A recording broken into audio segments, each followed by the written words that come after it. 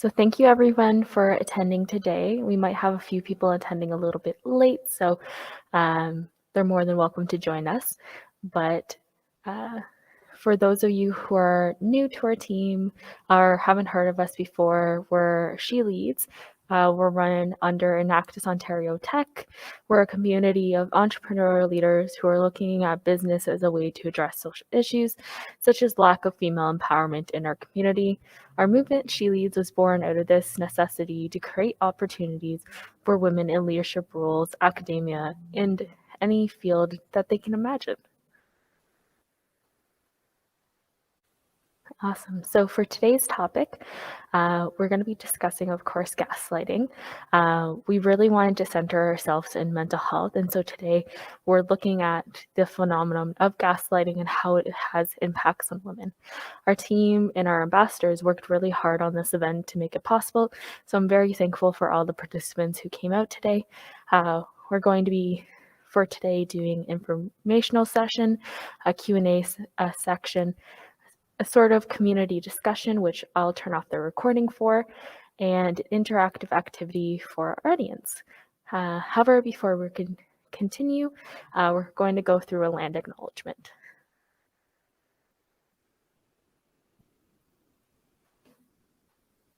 Awesome. So the agenda again, and the next slide. Awesome. So we start off this event, like all our events, with a land acknowledgement to respectfully recognize the lands and people of the Mississaugas of Scugog Island First Nations, where the University of Ontario Tech is situated. It's the traditional territories of the Mississaugas, a greater branch of the Nishnawbe Nation, which includes Algonquin, Ojibwe, Adawa, and Potawatomi. Many of us are settlers, migrants, or descendants of those who were forcibly brought to this land. We're here because this land has been colonized. We used a land acknowledgement to respectfully recognize and acknowledge this land is and will continue to be the home to Indigenous people, and it's important to move forward together in reconciliation with kindness and respect. I encourage you all to take a moment after today's events to look about the history of the lands that you're situated on. I'm going to put a link in the chat that's going to aid you in doing so. Just one moment. And with land acknowledgements, I also like to add a call to action. So for today, my hope is that you folks, after today's session, can take some time and look into the land defenders currently in British Columbia who are fighting old growth, the destruction of old growth areas. They're out there every day in rain or shine because a lot of these trees, after they're cut down, is generations upon generations of growth that can't be replicated in any way. And as we continue to go into a climate crisis, old growths like this are especially important. So after today's session, I would love for you folks to look a little bit more into what's happening in British Columbia and see what you can do to help. But with that, move on to the next slide. So, about your speakers. So, hello, my name is Angelique. I use she and her pronouns. I'm the project lead for SheLeads, and I'm just really excited to talk about gaslighting. I think in today's society, it's been a common trend for us to talk about gaslight, gatekeep, girl boss, and that's where the inspiration for this series came from. But we haven't really dove into what is gaslighting. And I think this presentation kind of sets the foundation for people to understand kind of these higher level jokes that we're making with comments like gaslight, gatekeep, girl boss. So it's a very interesting conversation, and I'll pass it off. Hi everyone, my name is Ria. I use she, her pronouns, and my position in SheLeads is, right now I'm currently a general member, but I was working on the mentorship program with Shreya, and this topic interests me because I believe that it's important to know the signs of gaslighting and how you can prevent it, and just educating everyone on the warning signs that may occur. And I hope everyone enjoys this presentation.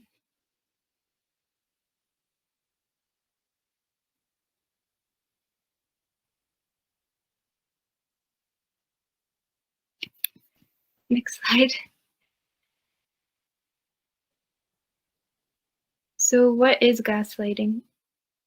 The reason why we chose this topic was because of the mental health impacts the phenomenon of gaslighting has on people in today's society, especially women and girls. However, we must first define what this means. Gaslighting is a foundational level, Gaslighting at its foundational level is a form of emotional manipulation, which is commonly seen in abusive relationships. The goal of this action is to mislead a victim into accepting a false narrative that causes them to question their own judgment and quite possibly their own reality. This can look like withholding information, countering information to fit the abuser's perspective, verbal abuse, blocking or diverting the victim's attention from outside source, trivializing and undermining the victim's worth. We see women most commonly as the victim because of the heteronormative view of women being submissive in a relationship, thereby shifting the power dynamics in favor of the male in the relationship. However, this is not to discount the male or gender non-conforming individuals who face the issue as well as those in a relationship with another woman.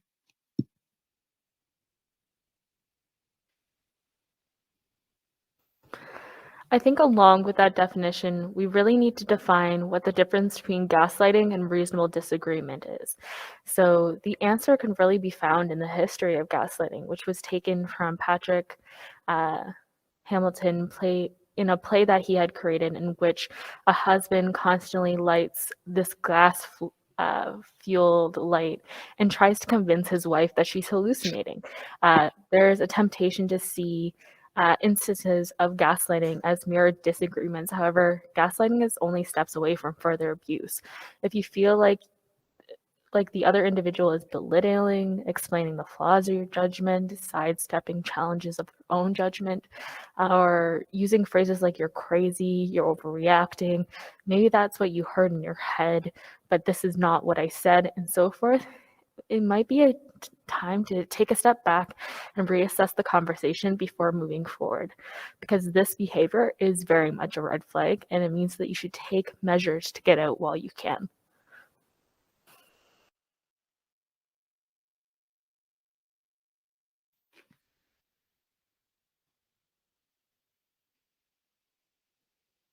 The goal of gaslighting is to dominate and control the victim, which in the long term causes chronic stress, severe emotional distress, or even psychosis. This has a huge impact on the victim's self-worth, identity, esteem, and sanity. By doing this, the gaslighter is creating the conditions to continue or amplify other forms of abuse. It is harder to leave a relationship if you feel like this is the only one you deserve, or no one else will love you in the way they did, or even no one ever or will ever love me. These are all false narratives that abusers use to continue their control in the relationship and hinder you from leaving the toxic situation. It is important to recognize that this does not only happen in romantic relationships, but can also occur at work, in families, or platonic relationships. Cheryl Muir, a relationship coach, has this to say regarding family dynamics. From a young age, if you're not able to trust what your parents are saying, you go on to not be able to trust anyone else.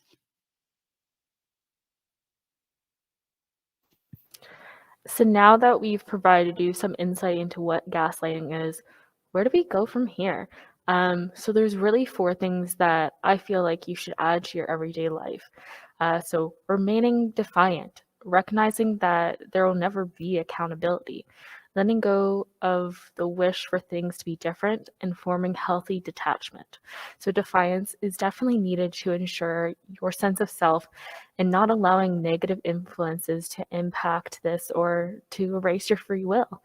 For those who are regularly gaslighting you, you need to recognize that there will never be accountability. They'll never see what's wrong with their actions, and you need to accept this. In a TikTok that I was recently watching, yes, I spend a lot of time on TikTok, there was a comparison to boundaries to a cover charge that you see in clubs and bars. The message that he had was this: If it costs $10 to get into a club and you don't have $10, what happens? Well, the answer's simple, you don't get in. So you should have these same strict boundaries for yourself. Determine what your cover charge is, and don't let anyone in who doesn't meet this. We all want to maintain our relationships and find ways to make others happy. However, you need to let go of the belief that you can change somebody. Creating healthy detachments. So distinguishing what your world outside of others looks like and working towards a greater understanding of you before you let people into it.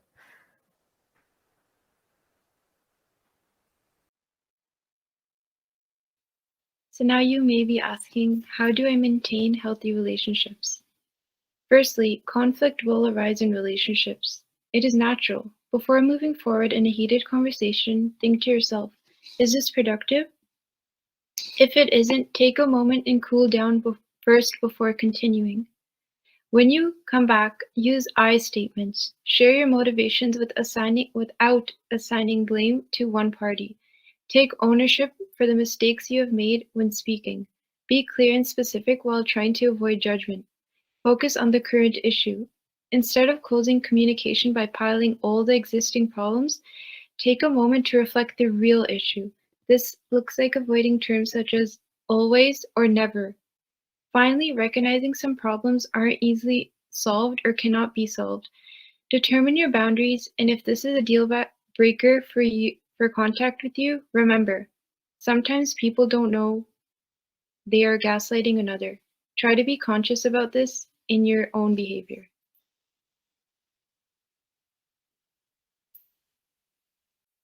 And then finally, a list of resources. So if you found you or a loved one is having issues getting out of an abusive relationship or starting to see red flags like gaslighting and need help, please reach out to one of these services or the SheLeads team. So the ones that we have highlighted here are the Denise House, the Canadian Women's Foundation, the Dandelion Initiative, the Durham Rape Crisis Center, the YMCA Durham, Women's Multicultural Resource and Counseling Center, and there's many, many more. Some people might not be in a safe space to look up these resources or to fully utilize them. So if you have any questions or concerns, feel free to reach out to the SheLeads team and let us know, and we can try to direct you in the way of a resource that would help. I'm going to stay on this slide and ask the audience if you have any questions or if there's anything that we could address, because this is the end of our presentation. It's a lot faster than I thought it would be.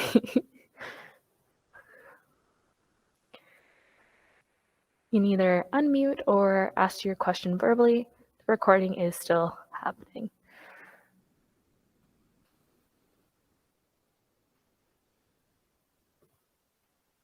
If you don't, that's all right.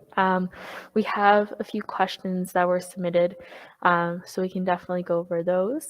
And then we'll be getting into an interactive activity. So some of the questions that we got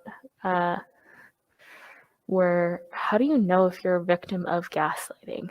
Which I think we covered a little bit in the difference between gaslighting and in disagreement. When somebody starts to make you question your lived reality, it's time to stop, think, and reassess. Think of the statements that they've said. We gave a few examples like, you're crazy, or that might have been what you heard in your head, but that's not what I said. And statements that are constantly pointing out your flaws without taking any accountability for their own. Those are the telltale signs that somebody is trying to warp your sense of reality and trying to gaslight you. That's when you need to take a step back. What I do in that case is I consult somebody else that I trust, regurgitate kind of what the individual has said to me, and get their take and see what it is that they think is going on. It's definitely to have somebody who's emotionally detached from the situation have a outside perspective that really can help you in this case. Some other questions that we had. What are some common techniques of gaslighting? That's a great question. Mostly it's verbal. There is instances of maybe it being physical in terms of, let's say, every day you know for a fact that you turn off all the lights, and an individual turns them back on, and it tells you for a fact that you are the one who turned on all the lights and they've always been on, even though you know for a fact you've always turned them off at the same time every day. That's a form of gaslighting, which is mixed in with some white lies, but you're really trying to warp somebody's sense of reality in that instance. Another question that we had, how does gaslighting affect women, or why is gaslighting commonly targeted at women? And again, it's largely to do with the power dynamics that we currently see in society that favor men over women. And this really stems from that idea of the nuclear family that was really perpetuated in the 80s and 90s, where women are the caretaker and men are the breadwinner. We've kind of shifted from this idea a little bit into the 21st century, especially with the different waves of feminism and women entering the workforce after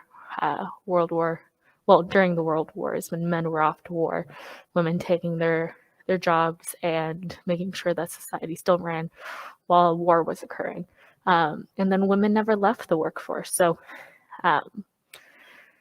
there really still is foundationally this power imbalance between men and women. And this is why that you might see gaslighting mostly impact women, because of that societal imbalance that we see. The way in which gaslighting affects women is very similar to other genders. There's a mental component to it, the increased stress, anxiety, worry, and quite frankly, it can lend itself to future abuse, that be emotional, physical, or financial. It's really a precursor. It's one of those things that abusers may start doing to kind of assess to see if you are the right victim for their abuse or their continuous abuse. But yes, so that answers that question. Our next one was, could a person be engaging in gaslighting behaviors and not know, or is it always done with intent? No, not everyone knows that they're gaslighting, especially if you've been a victim in your past. One of the quotes that we brought up earlier in the presentation really talked about if you're unable to trust your family, then you're unable to trust others. If you're in a household that really had a lot of gaslighting going up when you were growing up. So you may pick up those tendencies, especially as parents are your primary socializer. So when you're first developing your personality and the type of person you're going to be, family plays a really important role in that development. And so if during that development you're learning tactics of gaslighting, it's very easy then to carry those on into your first year development. And so gaslighting isn't always done with intention. And so when you do see instances of it and they're not malicious, it's definitely better to call it out and make sure that that person knows that what they're doing is gaslighting. It's called calling in, so informing somebody of the harm that's being done, and then moving forward from there. Awesome. And then another question that we got submitted was, how could you survive gaslighting, get help? How do you shut it down? So there's really several different things that you can do. So it really depends on the severity. Again, gaslighting is very much a precursor to abuse. And so by shutting down, first of all, is your first step, especially if you are in a position of power to do it. Unfortunately, not all cases you feel safe enough to. And the best thing to do is to remove yourself from a situation where you no longer feel safe before you address those concerns. Your safety is key. Your psychological, physical, emotional safety is number one before you try to solve the issue of gaslighting.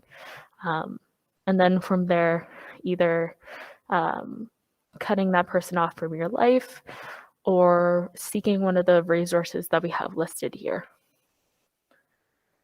And then the last question we had pre-submitted was, what are some relationship or friendship red flags in addition to gaslighting? I think the biggest issue that I've seen in friendships and relationships is really the belittling of somebody's feelings. It may not fall under the gaslighting realm. However, it does fall under emotional abuse. If somebody's not able to hear the things that you're saying and empathize with the feelings that you're having, I think that's definitely a red flag to show you that you need to reassess that friendship and figure out if it is somebody that you need in your life.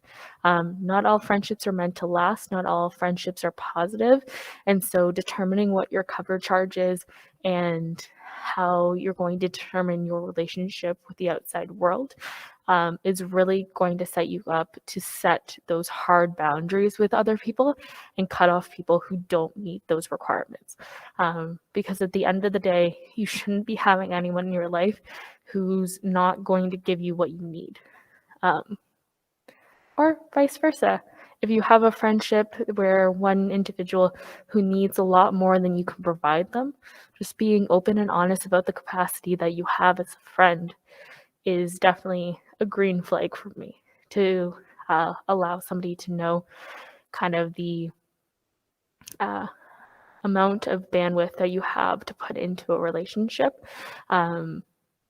Sets kind of healthy boundaries and make sure that you're not having what's the word?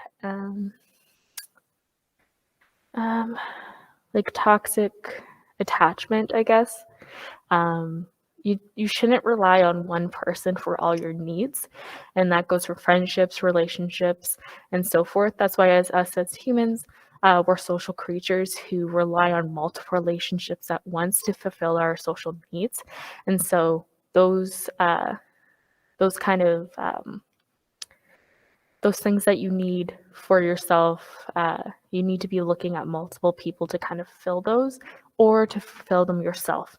Self-fulfillment is kind of number one, especially when you're determining your boundaries, your cover charge, and setting yourself up for successful relationships. But you also have to recognize not all relationships are supposed to happen, and that is fine. It hurts at the beginning, but you can move forward. So, some next steps for you folks to fill out our post event survey to educate our future events. There's going to be a link provided in the chat for you folks in just a moment. Attend our next week's workshop, which is going to be gatekeeping. We'll send the link to everyone after today's session, so then y'all can come attend. It's going to be next week, same time, same place.